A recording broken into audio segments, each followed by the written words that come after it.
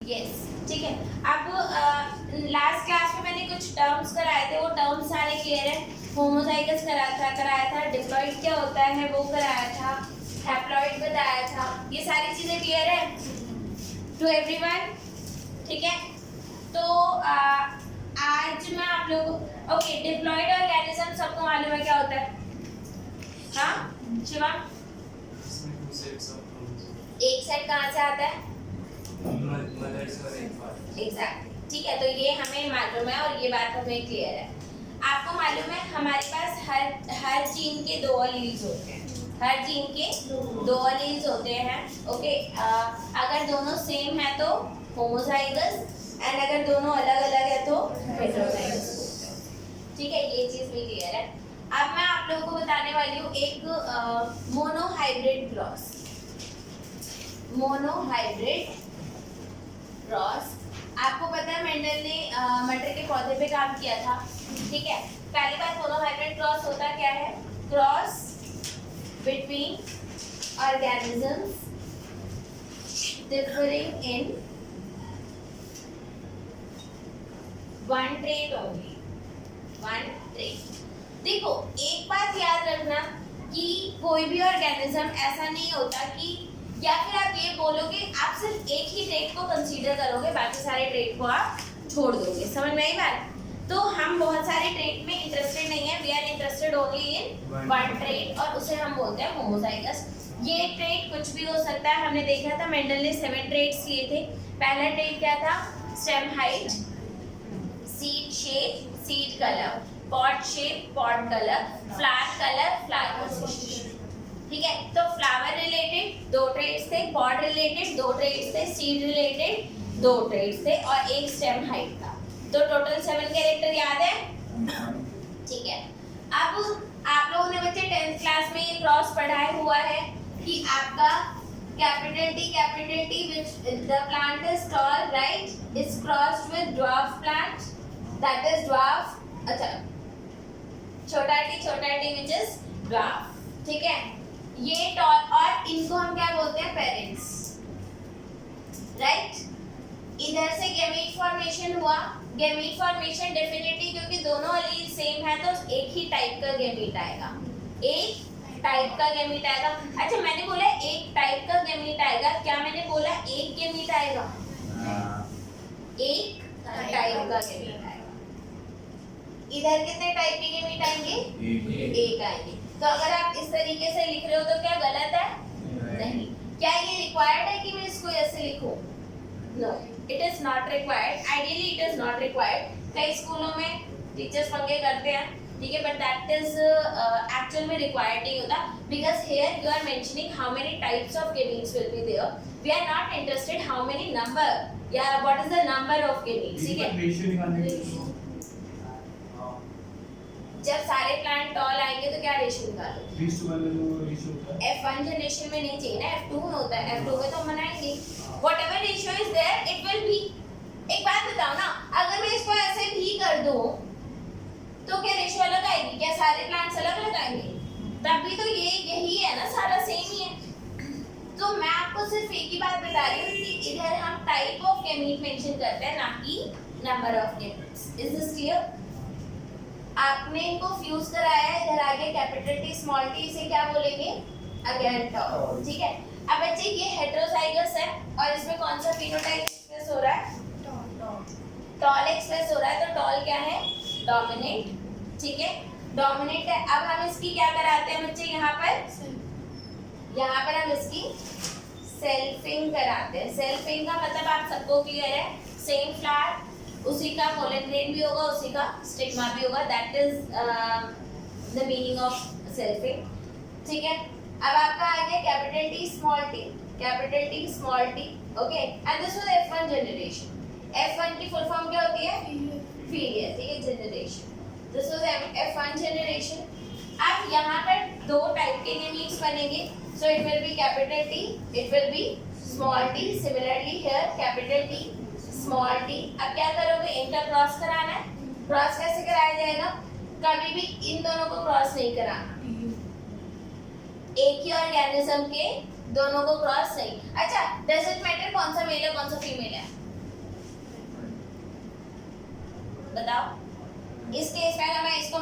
इसको फीमेल ले लूं, या फिर इसको मेल ले लूं इसको फीमेल ले लूं, क्या फर्क पड़ेगा?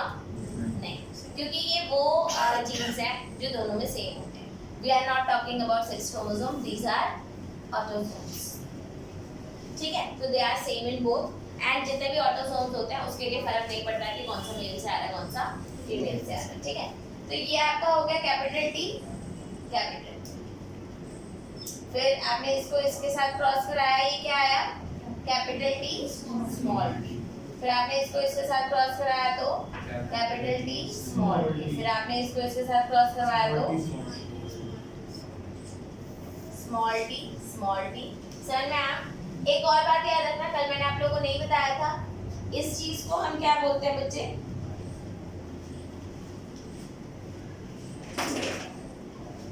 इसको हम क्या बोलते हैं?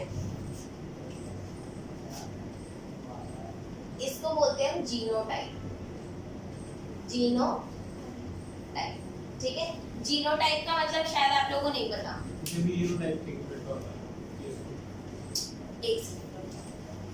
जीनोटाइप का मतलब होता है genetic makeup of plant.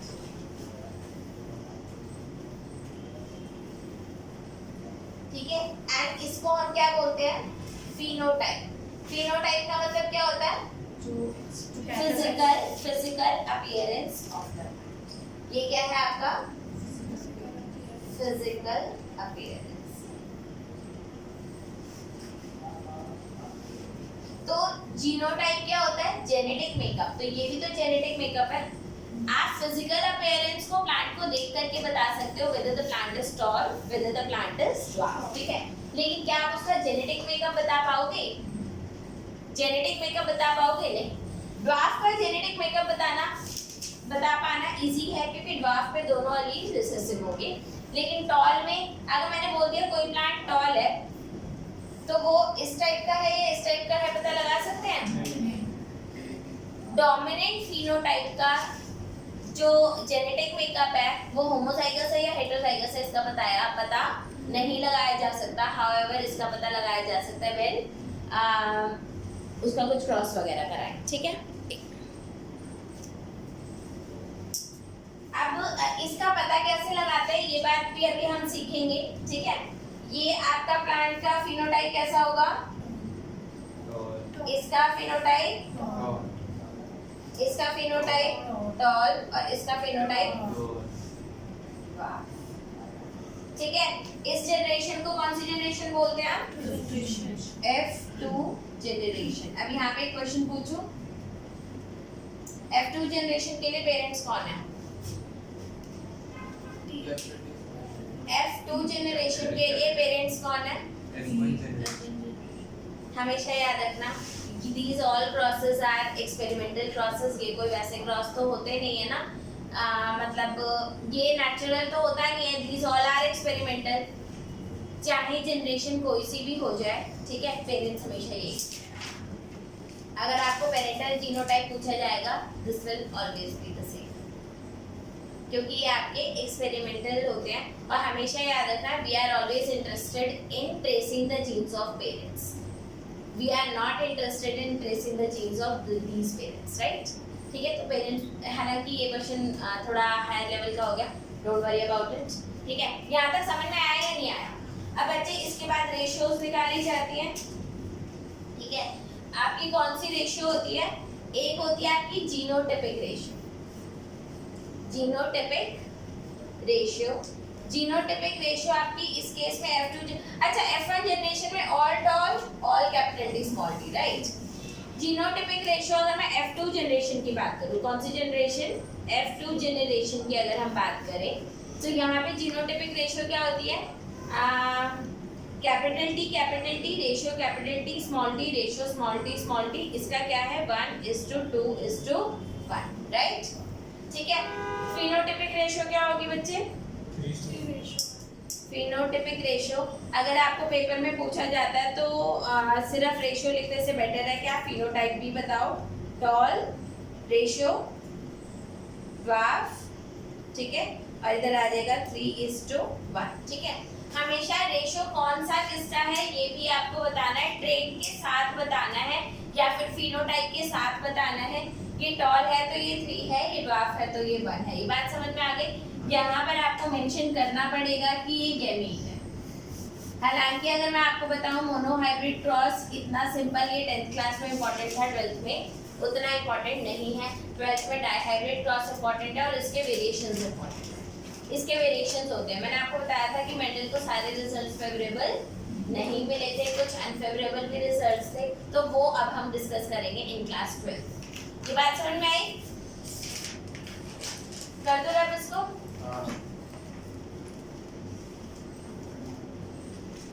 Monohybrid cross को स्टडी करके मेंडल ने कुछ लॉज बनाए थे, ठीक है। उसने ये बोला था there is a law of blending, sorry law of dominance, ठीक है। लॉ ऑफ डोमिनेंस क्या होता है बच्चे आपका, कि आपका इसमें क्या है, पहला all characters are controlled by genes, सारे जीन्स और फैक्टर्स। मेंडल जीन्स को क्या बोलता था, फैक्टर्स बोलता था, ठीक है। एंड आपको पता है factors occur in pair, pair में अकर करते हैं। और डिसिमिलर पेयर होगा तो क्या होगा, एक डोमिनेंट होगा और एक रिसेसिव होगा। और अगर यहाँ पर डोमिनेंट है और ये रिसेसिव है, ठीक है। आपको मालूम है ये प्लांट कैसा होता है, कैपिटल टी, ये प्लांट कैसा होता है, वाह, ठीक है। ये प्लांट कोई मीडियम नहीं होता, कोई मीडियम नहीं होता, इट इज टॉप। यानी कि इन अ डिसिमिलर पेयर एक जो अलील होगा वो कंप्लीटली डोमिनेंट होगा।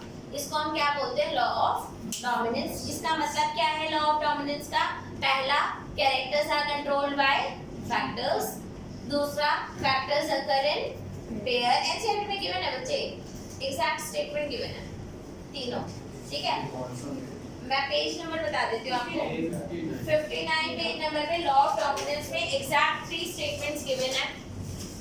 इसीलिए मैं बोर्ड पे लिख भी नहीं रही हूँ क्योंकि ये एग्जैक्टली गिवन है, ओके।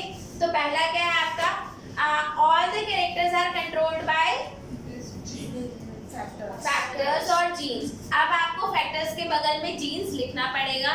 फिर आता है आपका factors occur in pair and in dissimilar pair of Aleel.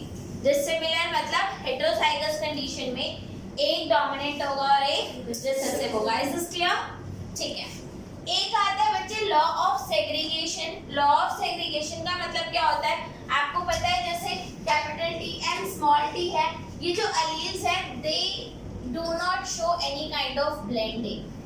Blending का मतलब क्या होता है, मिक्स नहीं होते। ऐसा नहीं है कि कोई थोड़ा कम छोटा टी, थोड़ा बड़ा टी, ऐसा नहीं होता, ठीक है। आपने देखा F1 जनरेशन में सारे टॉल आए क्योंकि ये डोमिनेंट था।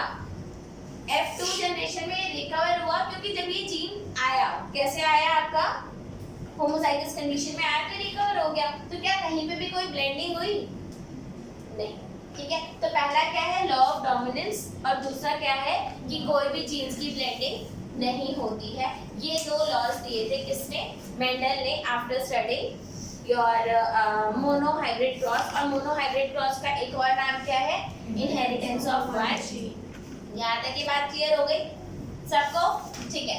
अब इसके बाद आपका आता है, आपको मैंने आपको जैसा कि बताया था कि मेंडल के सारे रिसर्च जो थे वो एक्सप्लेनेबल नहीं थे, सारे रिजल्ट एक्सप्लेनेबल नहीं थे। तो यहाँ पर अब एक चीज आती है, लॉ ऑफ, या फिर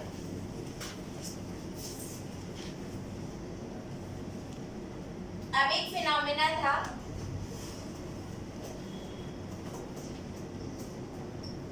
इनकम्प्लीट डोमिनेंस, और ये शो होता है, ठीक है। ओके, इनकम्प्लीट डोमिनेंस ये मेंडल ने नहीं दिया था, ठीक है, क्योंकि वो इस रिजल्ट को एक्सप्लेन नहीं कर पा रहा था, उसे खुद को भी नहीं समझ में आ रहा था। तो उसने करा क्या बच्चे, कुछ फ्लावर्स लिए, ठीक है। एक फ्लावर था रेड कलर का, ठीक है। ये कंप्लीटली कौन से कलर का था, रेड कलर का फ्लावर था। उसको इसने क्रॉस किससे करवा दिया, वाइट। वाइट तो इस पे दिखेगा नहीं और है भी नहीं, तो क्रॉस किससे करा दिया, वाइट, ठीक है। वाइट कलर के फ्लावर से उसने क्रॉस करवा दिया। गेमीट कैसा आएगा, पिंक गैमीट पिंक कलर का, सॉरी मैं वो देख रहा था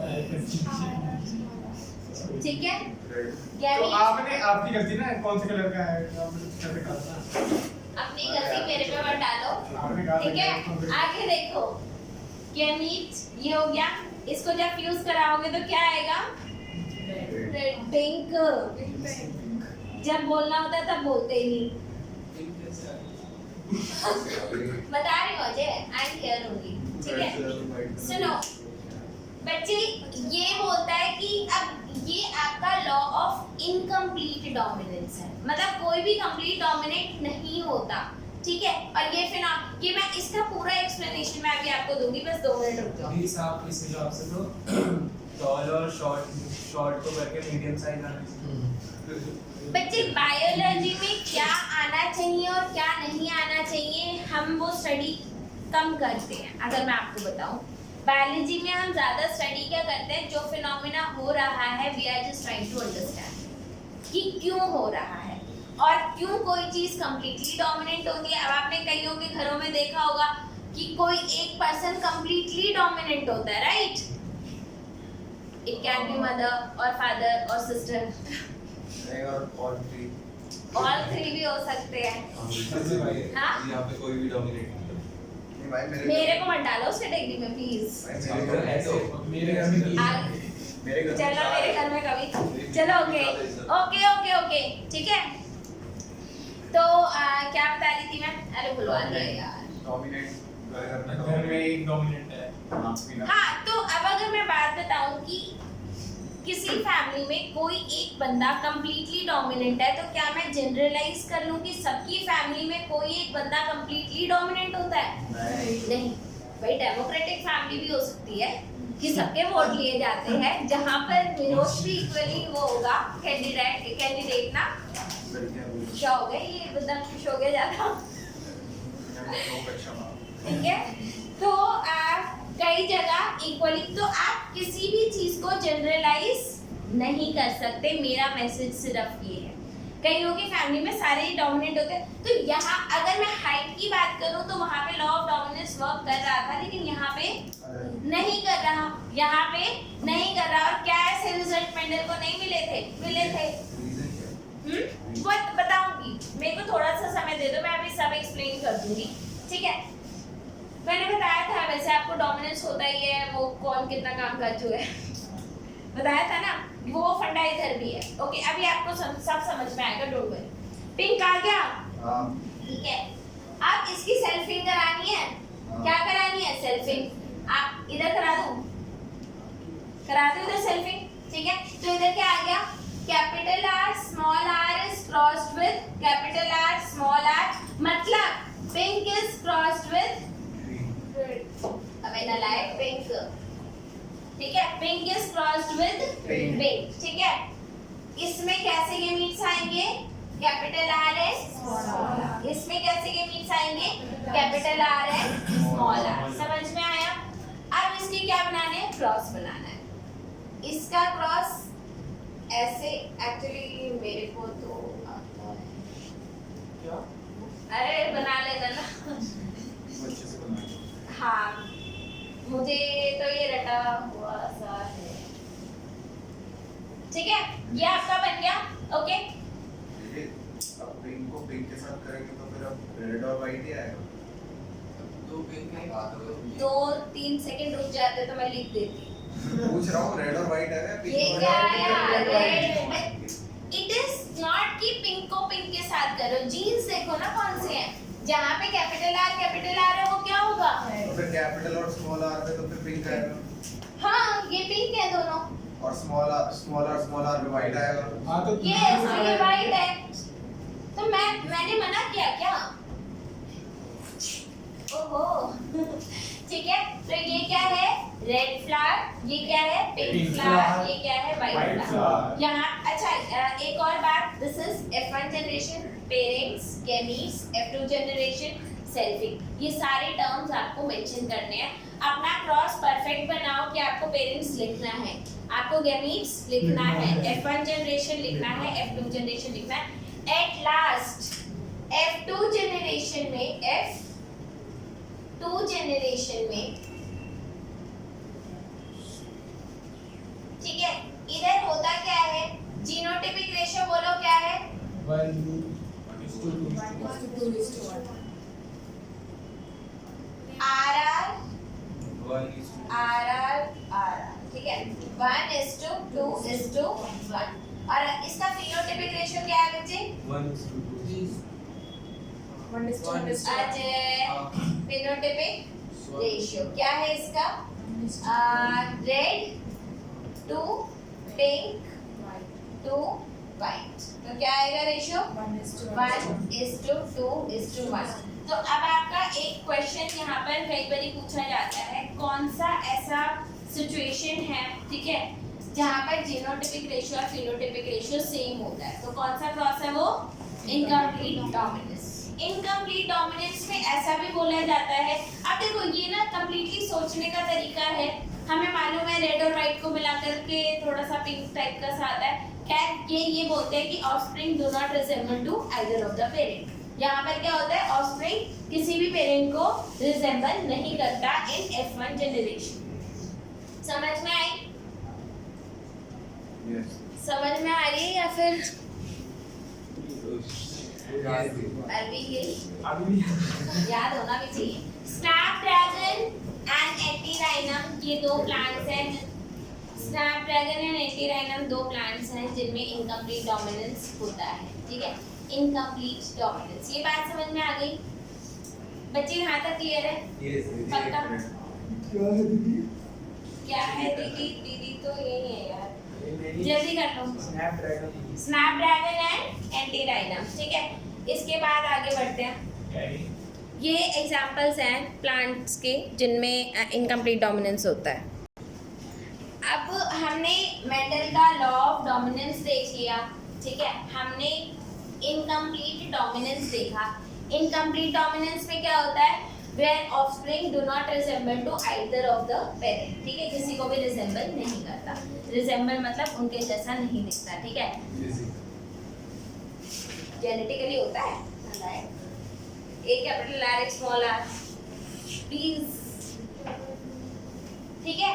अब कॉन्सेप्ट ऑफ डोमिनेंस की अगर मैं बात करूं, पता है हमें कोई भी चीज पता है कब तक नहीं समझ में आती, जब तक हमें उसकी डेप्थ ना पता हो, और वो इनकम्प्लीट है या कंप्लीट है। अगर आपको डेप्थ पता होगी तो आप अपने आप बता दोगे कि ये वाला ट्रेट इनकम्प्लीट होगा या फिर कंप्लीट होगा, ठीक है। आप सबको पता है ऑल द कैरेक्टर्स आर, यार इस बात पे प्लीज ध्यान दे दो, ये थोड़ा सा इंपॉर्टेंट है और ये 12th क्लास रिलेटेड है। एक बात बताऊं, एग्जाम में शायद इससे क्वेश्चन ना भी आए शायद, लेकिन ये आपके कॉन्सेप्ट का बेसिस जरूर बनेगा for most of the questions, ठीक है, इसीलिए समझ लो। और आपके टीचर्स पता नहीं कितना एक्सप्लेन करेंगे, मुझे नहीं मालूम, ओके। आप सबको मालूम है all the characters are controlled by genes या फैक्टर्स।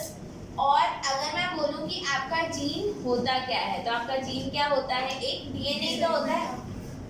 जीन क्या होता है, डीएनए कहाँ होता है, हमारी बॉडी में होता है, ठीक है। बॉडी में कहाँ पे होता है, न्यूक्लियस में होता है, क्रोमोसोम के अंदर होता है, ठीक है। जीन क्या है, डीएनए। डीएनए कहाँ पे मिलता है, न्यूक्लियस के अंदर। कहाँ पे मिलता है, न्यूक्लियस के अंदर। ये सारी चीजें कंट्रोल करता है, इसके अंदर सारी इंफॉर्मेशन है। अगर मैं ह्यूमंस की बात करूं बच्चे, हमारा जीनोम पता है ना, जीनोम क्या होता है, जीनोम अजय नहीं पता ना, अप्रोजी, very good. Total haploid DNA content of the cell, ठीक है, जितना भी डीएनए कंटेंट होता है उसको हम क्या बोलते हैं, जीनोम बोलते हैं। Is this clear? अब इधर देखो, आपको डीएनए मालूम है क्या होता है, ओके। हमारे पूरे जीनोम में 20 से 22,000 जीन्स होते हैं। पहले एस्टिमेट करा था कि 70-80 हज़ार होंगे, लेकिन हमने पूरा जीनोम सीक्वेंस करके देख लिया है कितने जीन्स हैं, 20-22 हज़ार जीन्स है, उससे ज़्यादा नहीं है, ठीक है। डीएनए खुद कोई भी काम नहीं करता, वो काम किसको सौंप देता है, आरएनए काम किसको दे देता है, प्रोटीन। यानी कि आपको ये बात मालूम है कि कोई और प्रोटीन क्या करता है, प्रोटीन आपका कोई कोई एंजाइम हो सकता है, प्रोटीन कोई एंजाइम हो सकता है, कुछ आप कुछ भी ले लो, कोई हार्मोन हो सकता है आपका, प्रोटीन एंजाइम हो सकता है। तो प्रोटीन के आपके बहुत सारे काम होते हैं और यहाँ पर जो मैं स्पेसिफिकली आपको बताऊंगी वो है मान लो एंजाइम का। वो काम किसका है? एंजाइम का काम है। ये बात समझ में आई? अब अगर मैं बात करूं, ये जो डीएनए है ये आरएनए बना रहा है, आरएनए से प्रोटीन बना रहा है, उससे एंजाइम बन रहा है, मतलब ये protein is functioning like an enzyme, ठीक है। अगर इस डीएनए के अंदर कोई भी चेंज आएगा, अगर यही चेंज हो गया तो क्या ये चेंज एंजाइम लेवल पे रिफ्लेक्ट होगा? यस होगा। ये चेंज आपको एंजाइम में दिखेगा या नहीं दिखेगा? दिखेगा। भैया आपने बेस चेंज कर दिया तो एंजाइम तो चेंज होना ही होना है, ठीक है? ठीक है, ये बात समझ में आ गई? पक्का? ओके। अब होता क्या है, ये जो चेंज वाला डीएनए, ये डीएनए फंक्शनल कब होगा? जब एंजाइम फंक्शनल हो। अब जब चेंज हुआ तो ये जो डीएनए बना, ठीक है, मान लो ये आरएनए बना रहा है, मान लो ये आरएनए बना रहा है, ये प्रोटीन भी बना रहा है, ठीक है, लेकिन ये जो प्रोटीन है ये आपको नॉन फंक्शनल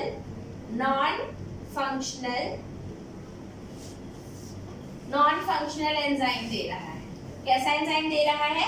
नॉन फंक्शनल, क्योंकि जो आपको मालूम है एंजाइम्स की कुछ एक्टिव साइट्स होती हैं, किसकी? ठीक है। तो क्या बताया मैंने आपको? कर दिया करो ऐसे डिस्टर्ब नालायक। मेरा फ्लो खराब किया तो किया, अंशुमन की नींद खराब कर दी तुमने। ऐसे मत करा करो। पानी पीना भाई? उनको पानी लाके दे दो यार, वो सो रहा है। ओके, अब इधर देख लो, एंजाइम जो है वो नॉन फंक्शनल एंजाइम बना है।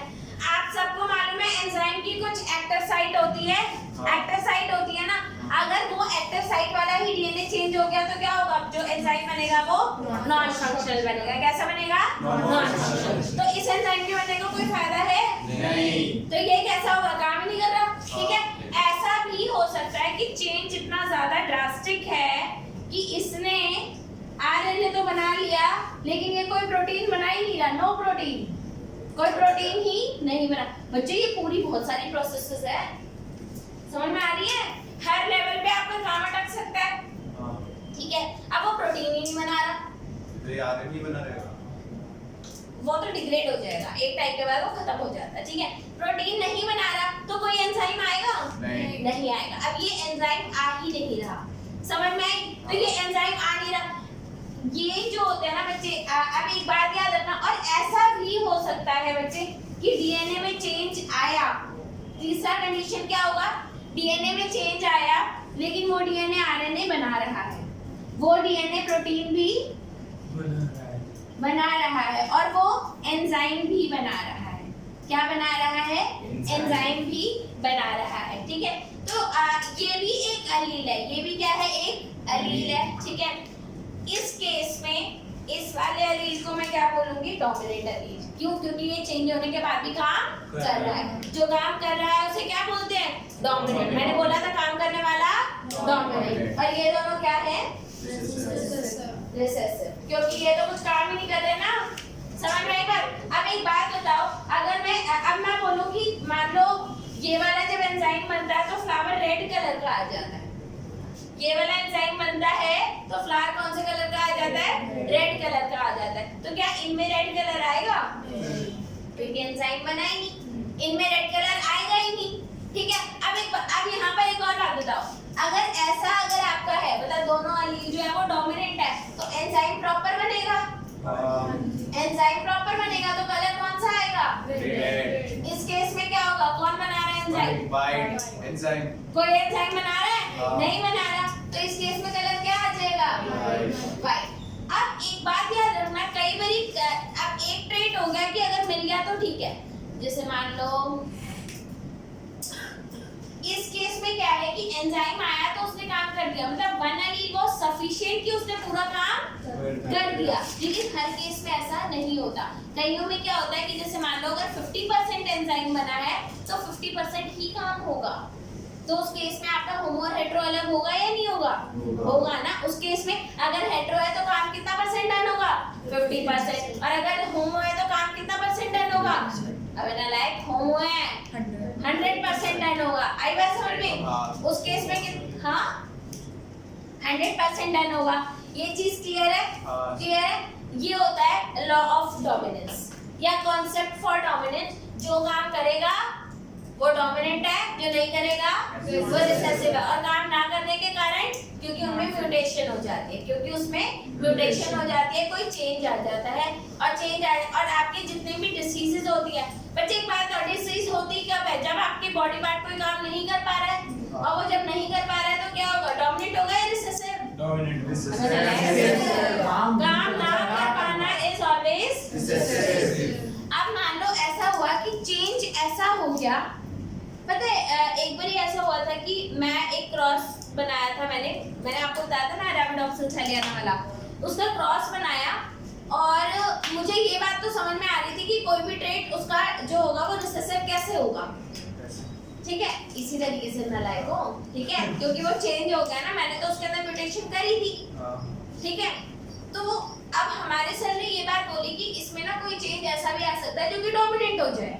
भाई ये बात ना मेरे पल्ले ही नहीं पड़ी कि डोमिनेंट चेंज आ कैसे सकता है, क्योंकि भाई आपका जीन जो होगा वो तो म्यूटेट ही होगा ना, और म्यूटेट होगा तो काम नहीं करेगा, और काम नहीं करेगा तो हमेशा रिसेसिव होगा। डोमिनेंट कैसे होगा? ये डोमिनेंट हो सकता है?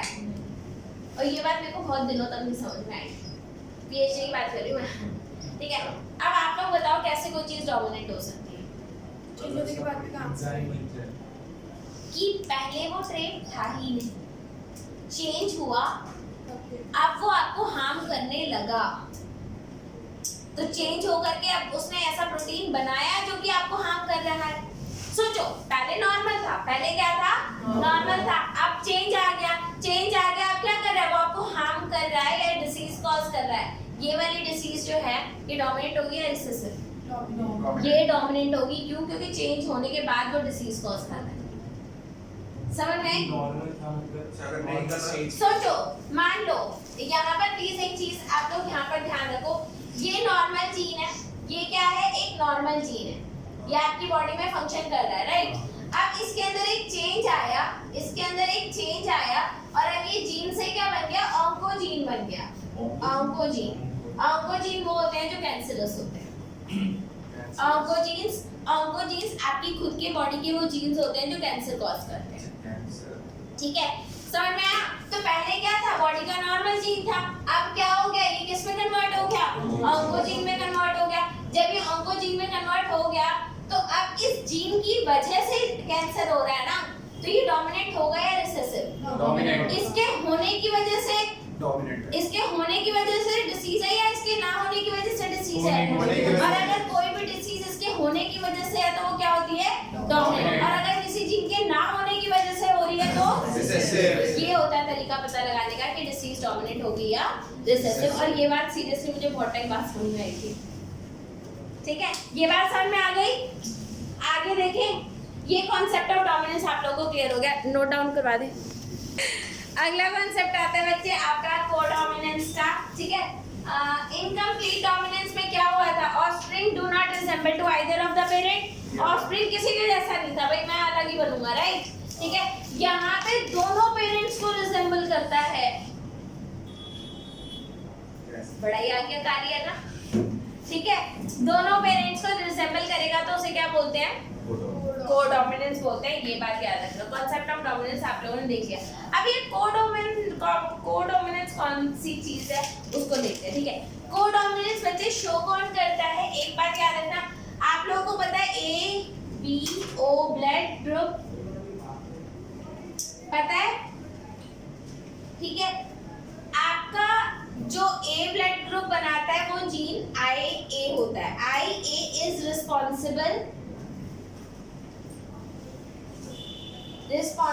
फॉर A ब्लड ग्रुप, ठीक है? IB किसके लिए रिस्पॉन्सिबल होता है? For B blood group. और ये जो छोटा आई है, छोटा आई लिखते हैं, या तो छोटा आई लिख दो स्लैश, कई जगह आई ओ लिखा होता है, ठीक है। बट मुझे ऐसा लगता है अगर डोमिनेंट और रिसेसिव के केस में देखो तो ये ज्यादा बेटर है। हालांकि कुछ भी लिख लो कोई फर्क नहीं पड़ता। ये किसके लिए रिस्पॉन्सिबल है? ओ ब्लड ग्रुप के लिए रिस्पॉन्सिबल है। यहाँ पर एक बात याद रखना, I A is equally dominant as IB. IE is equally dominant as IB and both are dominant, and IO जो है आपका IO स्लैश जो छोटा I है ये आपका रिसेसिव होता है। ये क्या होता है? रिसेसिव होता है। आई बात समझ में? ठीक है। तो IA क्या है? डोमिनेंट। IB क्या है? Dominant, and both are dominant to O। ठीक है। अब यहाँ तक ये बात क्लियर है? इस वाली को रब कर दूं? हाँ, जल्दी लिख लो, फिर इसको फटाफट रब कर देना। IA is equally dominant as IB and IO is recessive। ठीक है।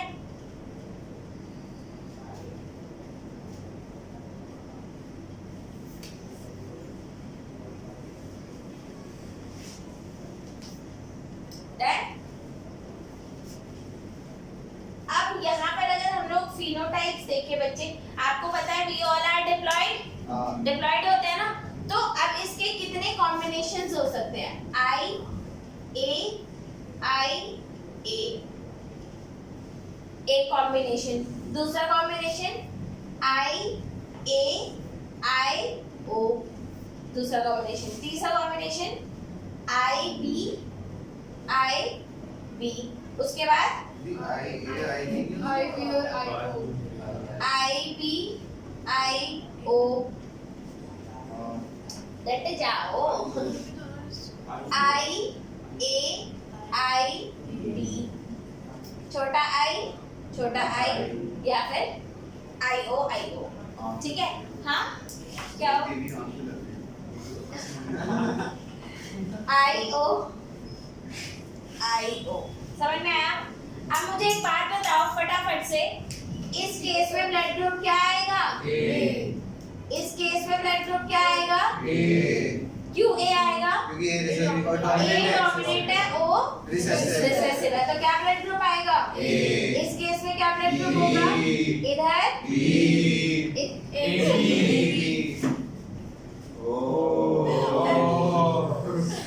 भूख लग रहा है।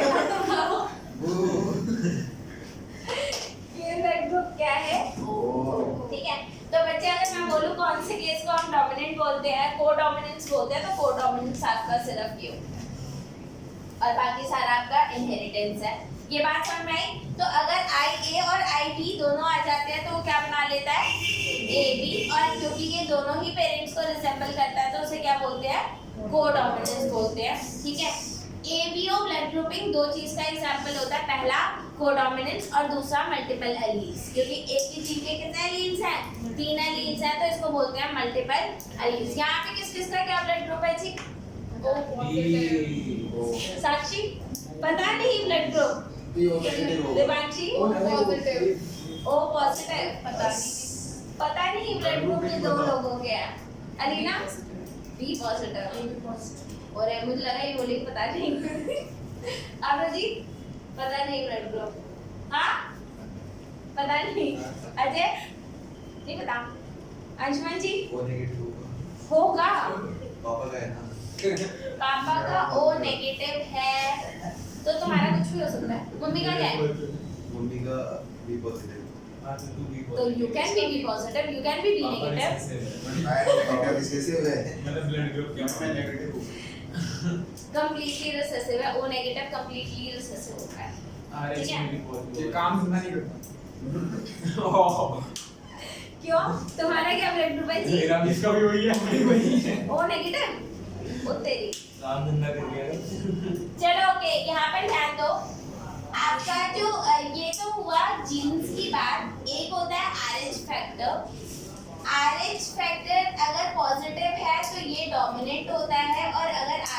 कैपिटल अगर आपका नेगेटिव है तो वो रिसेसिव होता है। समझ में आया?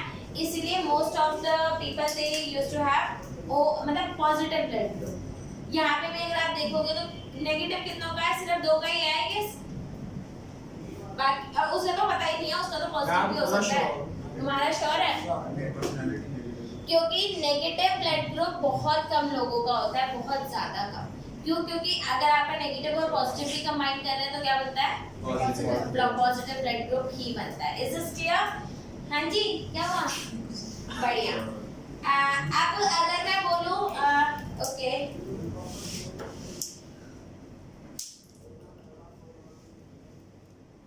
अच्छा अगर मैं इस वाले का केस लूं अंशुमन का, ठीक है, फादर का ब्लड ग्रुप ओ नेगेटिव है, ठीक है, तो इनका फिनोटाइप जीनोटाइप क्या होगा? ओ नेगेटिव का जीनोटाइप क्या होगा?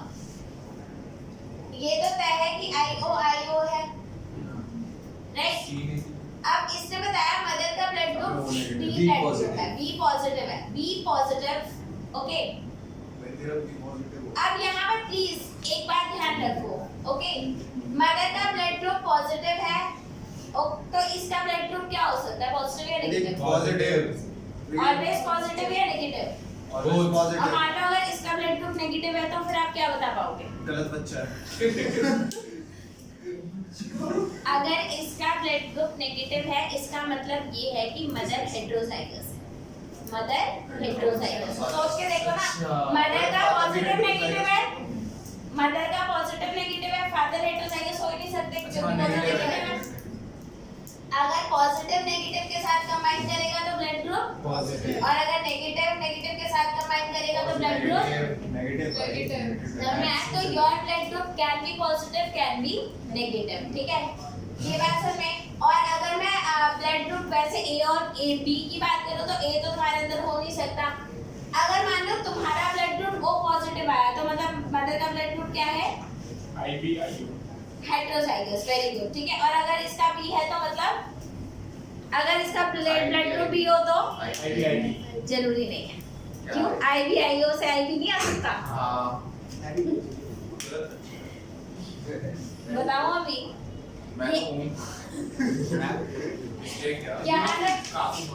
यहाँ तक क्लियर है? उत्कर्ष कह रहा मैं पीएचडी कर रहा हूं, काफी नॉलेज है। किसको? नहीं ये आपको कहानी तुम्हें पीएचडी कर रहा हूं। अबे भाई पढ़ ले यार। यहाँ तक क्लियर है? ये वाले ब्लड ग्रुप्स, ओके। मैं ये इसके बाद क्या होता है? ये तो मैंने सारा करा दिया, कोडोमिनेंस हो गया। Yes. कोडोमिनेंस में कोई दिक्कत? नो दीदी। मल्टीपल एलील मैंने आप लोगों को बता दिया। फर्स्ट ले। एक है आप लोगों का स्टार्च ग्रेन्स, ठीक है, स्टार्च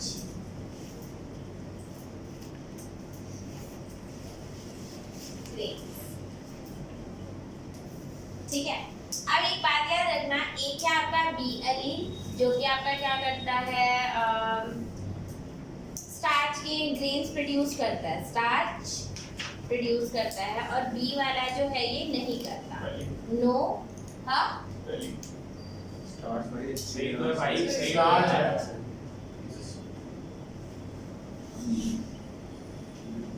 अब ठीक है।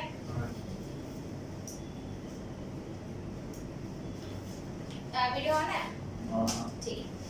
तो आपका बी स्टार्च प्रोड्यूस कर रहा है, छोटा बी स्टार्च प्रोड्यूस नहीं कर रहा है। अब इसमें क्या होता है बच्चे आपके पास, अब यहाँ पर प्लीज ध्यान रखना, आपका जो कैपिटल बी है, ओके, इसमें स्टार्च ग्रेन नॉर्मली प्रोड्यूस होंगे, हाँ, इसमें नॉर्मल स्टार्च ग्रेन प्रोड्यूस होंगे। जो आपका सीड होगा वो कैसा होगा?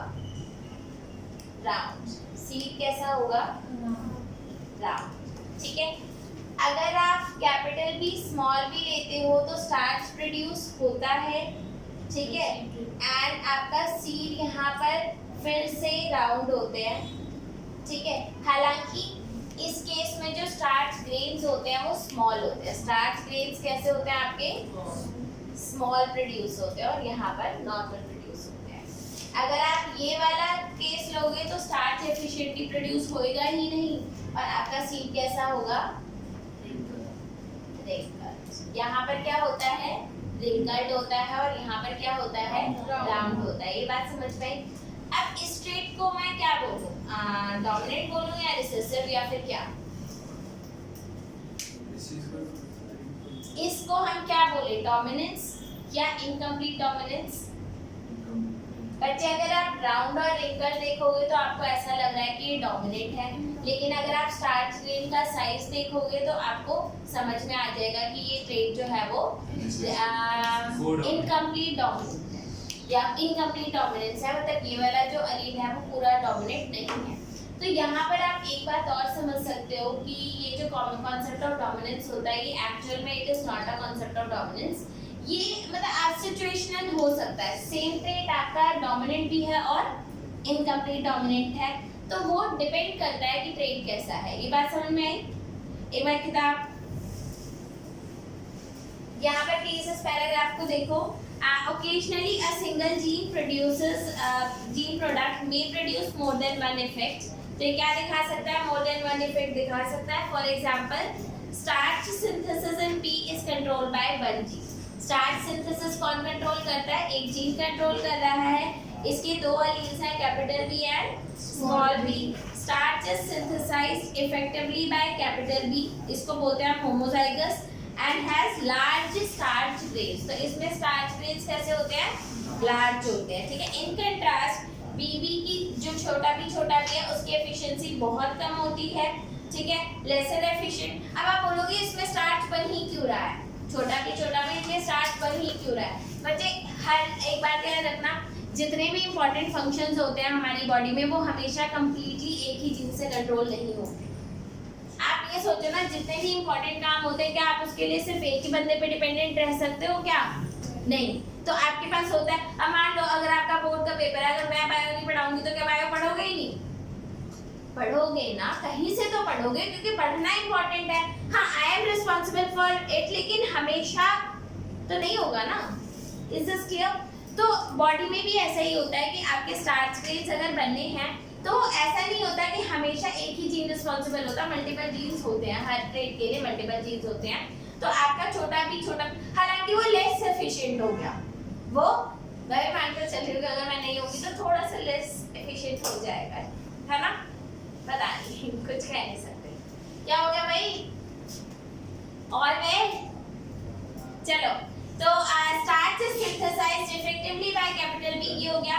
इन कंट्रास्ट छोटा भी has lesser efficiency in starch synthesis and produces smaller grains. तो वो कैसा प्रोड्यूस करता है, छोटे ग्रेन प्रोड्यूस करता है। After maturation of the baby are round and छोटा भी आर रिंकल्ड। हेटेरोजाइगस में क्या होता है, राउंड सीड्स होते हैं but of intermediate size in this PBC, ठीक है। Starch grain size is considered a phenotype more than from this angle, ठीक है। तो ये आपका क्या है, incomplete dominance है। ये बात समझ में आ गई? ओके। अब इसके बाद आपका आता है बच्चे inheritance of two genes। inheritance of two genes को हम क्या बोलते हैं? inheritance of two genes को क्या बोलते हैं? डाइहाइब्रिड क्रॉस बोलते हैं। और डाइहाइब्रिड क्रॉस में हम कितने ट्रेट्स को कंसीडर करेंगे? 2 ट्रेट्स को कंसीडर करेंगे। अब यहाँ पर पहले तो हम वो, आप लोगों ने डाइहाइब्रिड क्रॉस पढ़ा था इन क्लास 10 पढ़ा था, करा था, सबने करा था, ओके। तो अगर हम ले यहाँ पर, आप लोगों ने देखा था capital R, capital Y, small r, small y, ठीक है। अब मुझे एक बात बताओ, हम ये क्रॉस आप लोगों ने 10th क्लास में बनाया हुआ है, इसे क्या बोलते हैं, राउंड एंड येलो, इसे क्या बोलते हैं, रिंकल्ड एंड ग्रीन। अगर मैं इसको इस तरीके से ना लेकर के कुछ ऐसा कर दिया जाए,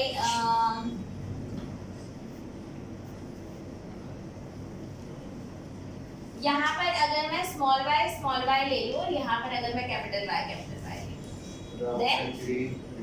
ठीक है, तो क्या फिर भी रिजल्ट सेम रहेगा? और क्या ये एक्सेप्टेड पेरेंट्स होंगे? क्या हम इनको एज अ पेरेंट सेलेक्ट कर सकते हैं? कर सकते हैं, 100% कर सकते हैं।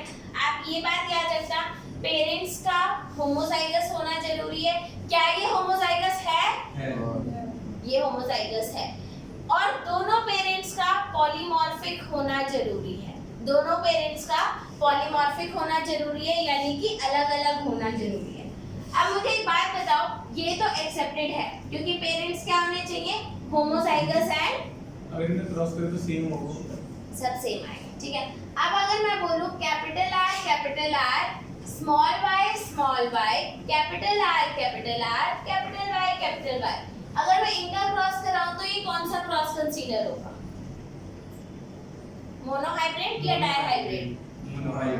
ये मोनोहाइब्रिड क्रॉस है। क्यों? क्योंकि कैपिटल R का कोई रोल नहीं है यहाँ पर, सेम है ना। आप ये बात समझो, हम पेरेंट्स लेते वो हैं जहाँ पर हम जीन्स को ट्रेस कर पाए। क्या कर पाए? जीन्स को ट्रेस कर पाए, और ये हमारा मेजर एम होता है, ये बात याद रखना। यहाँ पर मैं इस जीन को भी ट्रेस कर पाऊंगी, इसको भी, क्योंकि स्मॉल आर आ रहा है तो वो 100% इस पेरेंट से आ रहा है, कैपिटल आर है तो 100% उस पेरेंट से आ रहा है, एंड सेम फॉर वाई। तो जहाँ पर आप जीन्स को ट्रेस कर पाते हो वही तो हमारा एम है। बात समझ में आ रही है, नहीं आ रही है? यस दी। आ गई? नाइस। अब इसके बाद आपका क्या है, आपको यहाँ पर क्या बनाना है, गैमीट बनाना है। गैमीट कैसे बनाया जाएगा बच्चे? एक इनमें से लेते हैं और एक इनमें से, तो एक क्या हो जाएगा आपका कैपिटल आर, स्मॉल आर, और इधर से जो गैमीट बनकर छोटा वाई, छोटा आर, बड़ा वाई, ठीक है। अब इनका क्या करा दे, ये क्या थे पेरेंट्स, लेकिन मैंने यहाँ पे फिनोटाइप नहीं लिखा, राउंड एंड ग्रीन, और इधर क्या आ जाएगा, रिंकल्ड एंड येलो, जी है कितनी दिखा रहा है, एरोप्लेन मोड पे है। चलिए क्लास काफ़ी बड़ी हो गई है ना, 10% है ना, अभी तो होएगा, ठीक है। ओके, ये समझ में आया, capital R, small R, capital Y. Okay, अब इनका क्रॉस कर देंगे तो क्या हो जाएगा, कैपिटल और स्मॉल और ये कैसा सीड आएगा, round and wrinkled, round and yellow.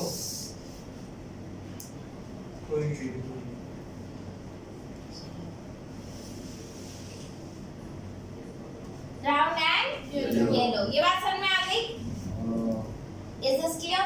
इसके बाद इसका क्या कराना है, ये क्या है, गैमीट्स। इनको क्या बोलते हैं, F1, ठीक है। अब इधर क्या करानी है,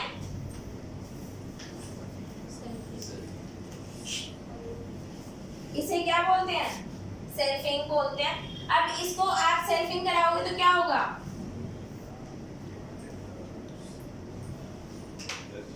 capital R, capital Y, small y is selfed with capital R, capital Y, small y। इधर कैसे गैमीट्स बनकर आएंगे, capital R, capital Y, capital R, small r, capital Y, small r, right. और इधर कैसे गैमीट्स बनकर आएंगे, same, capital R, capital Y, capital R, small r, capital Y, small r। बात समझ में आ गई? हाँ जी, this thing is clear to you.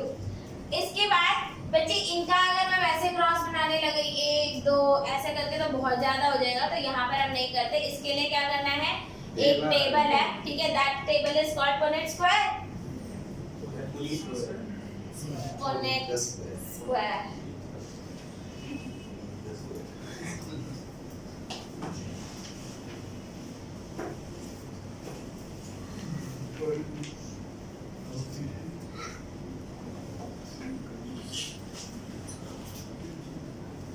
ये समझ में आया?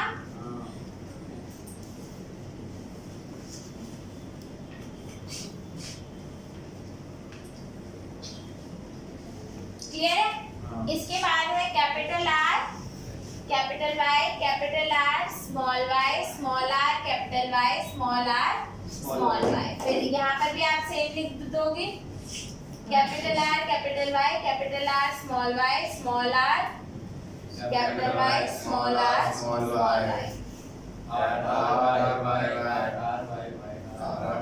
चुप,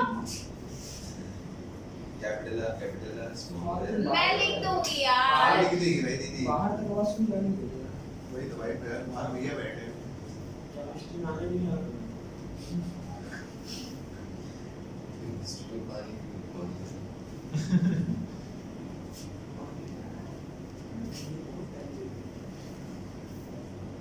Ready?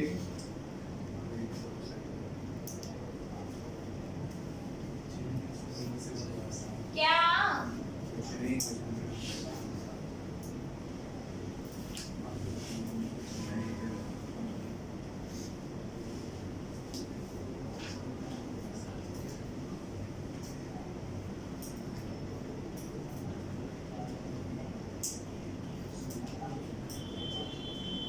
ये सर में आया? हाँ। तो अब ये कैसा हो जाएगा? Round and yellow, round and yellow, round and yellow के ऊपर एक रह गया। राउंड एंड येलो मैंने सारे मेंशन कर दिए हैं। इसके बाद है ये आपका round and green, round and green, wrinkled and wrinkled and yellow. green, Yellow. wrinkled and Wrinkled yellow, and yellow. Wrinkled and yellow, Round round and and yellow, green. green, green, Wrinkled and green, Green. green. Sir में आया? Yes. यहाँ तक clear है? अब अगर मैं इनकी genotypic and phenotypic ratio की बात करूं बच्चे, तो इसमें सिर्फ एक ही रेशियो होता है, और वो कौन सा रेशियो होता है जी? 9:3 into फिनोटाइपिक रेशियो। और ये फिनोटाइपिक रेशियो किस चीज की होती है बच्चे? Round and yellow to round and green, फिर wrinkled and yellow to wrinkled and green. इधर कितने आते हैं? 9। इधर कितने आते हैं? 3। इधर कितने आते हैं? 3। इधर कितने आते हैं? 1। आई बात समझ में जी? हाँ जी, हाँ। क्लियर है? Yes. This thing is clear. Okay, ये टिपिकल रेशियो होती है। बच्चे एक बात याद रखना, जब कभी आप क्रॉस बनाते हो तो it is very difficult to guess the phenotype of dominant trait. अगर कोई डोमिनेंट फिनोटाइप है तो उसका जेनेटिक मेकअप पता लगाना बहुत मुश्किल होता है। हाउएवर अगर आपका रिसेसिव है तो उसका जेनेटिक पता लगा सकते हो। तो पता है जब हम लोग डायहाइब्रिड क्रॉस करते थे ना, तो हम कौन सी रेशियो देखते थे? 15:1, ठीक है, क्योंकि इफ 15:1 है तो डायहाइब्रिड है, और 3:1 है तो ट्राइहाइब्रिड में क्या होगा? ट्राइहाइब्रिड की रेशियो क्या होनी चाहिए? 1:2 पता है क्यों भी जाती है? अच्छा जी, 27 into 9:3. अच्छा जी, अच्छा जी। बच्चे जब 2 की पावर 2 लेते हो तो आता है 4, 2 की पावर 4 लेते हो तो आता है 16। इधर 2 की पावर 3 वाले में कितने क्रॉस बनेंगे? ये मीट्स कितने बनेंगे? चेक करना, इसका कुछ रूल होता है। 2 की पावर n, 2 की पावर 2, 2 की पावर 3, 8 के मीट बनेंगे तो इधर आ जाएगा 2 की पावर 8। 2 की पावर 8 का मतलब कितना होगा? सोर्स है कितना? 256, 256, ठीक है। 16 into 16, ठीक है। तो ये 1:255 रेशियो होगा। I am not sure for this, forget that, ठीक है। एक वैसे भी तो रेशियो थी 1:2:1। ये ऐसा तो नहीं 9 into करना 2 नहीं है, ऊपर. वो सब कुछ नहीं करना। आप उन सब का काम ही नहीं होता आगे, कोई उन सब का आगे कोई काम ही नहीं होता, ठीक है। हाँ